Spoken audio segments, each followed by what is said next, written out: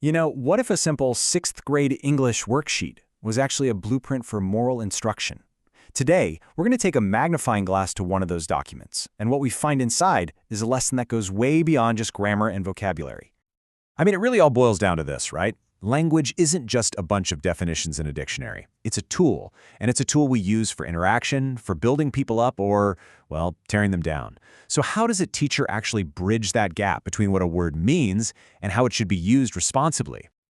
The answer we're digging into today comes from this one single worksheet. We're going to treat it kind of like an artifact, breaking it down piece by piece to see the deep philosophy that's really hiding inside.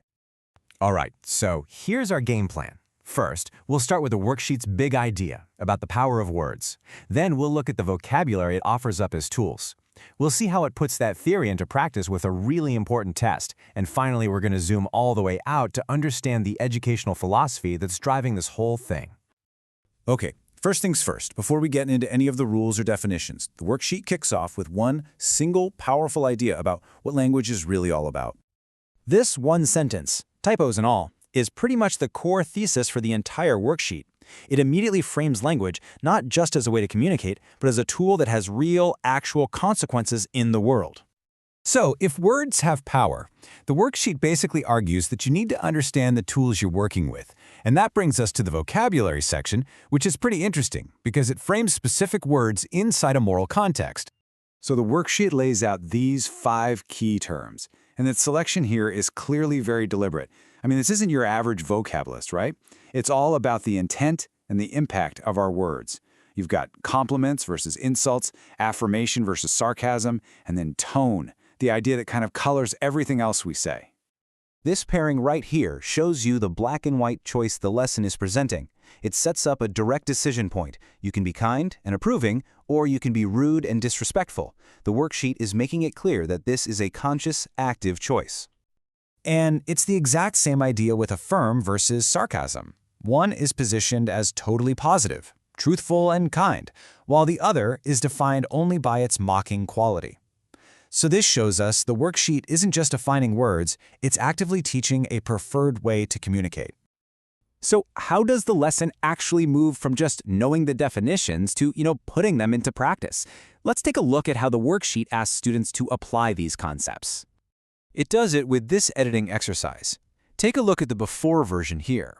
You can see all the issues. No capitalization, punctuation problems, spelling errors like powerful and break. The student's job is to go in and fix these mechanical mistakes. And here's the after. Punctuation is added, spelling is fixed, capital letters are where they should be. And this is the crucial part. The exercise connects these two things. The act of correcting grammar is applied to a paragraph that is about the importance of using your words correctly and wisely. The message underneath it all is crystal clear. Careful writing is a reflection of careful speech. So in this exercise, cleaning up the grammar is basically the same thing as sharpening the moral principle itself. Okay, so all of this has been building up to the worksheet's main event, a simple, practical framework that's designed to guide every single word a student speaks. It's called the tongue test, a super straightforward and memorable name, right? It's meant to be a tool that you can use in the heat of the moment, right before you say something. And here's the test itself, just 3 simple questions that act as a filter for your words. Is it true? Is it kind? And is it necessary? It's a really powerful little system, designed to make students just pause for a second and consider the power of their words, just like the worksheet said at the very beginning. And then the worksheet makes it very clear where this wisdom comes from. This final sentence from the Fluency passage directly links that 3-question test to a specific religious viewpoint. It frames wise speech as a way to reflect Christian love. So, let's zoom out for the last piece of this puzzle. What's the big picture educational philosophy that would create a worksheet like this one? Well, the source material tells us this lesson is from the HeroesMart Academy Godly Learners series, and that context is absolutely key to understanding the why behind all of this. You see, this series is built on a few core beliefs. The philosophy flat out states that education without morality is harmful, so it intentionally weaves its lessons together with biblical morality. It even points to a specific passage from Romans, promising students that peace of mind that it says comes from having a spiritual focus. So there you have it. We've gone on a journey from a simple vocab match and a grammar exercise all the way to a very defined moral and religious framework. It's really a masterclass in how to create an integrated curriculum where every single part of the lesson serves one unified purpose. Which, of course, leaves us with a much bigger question to think about.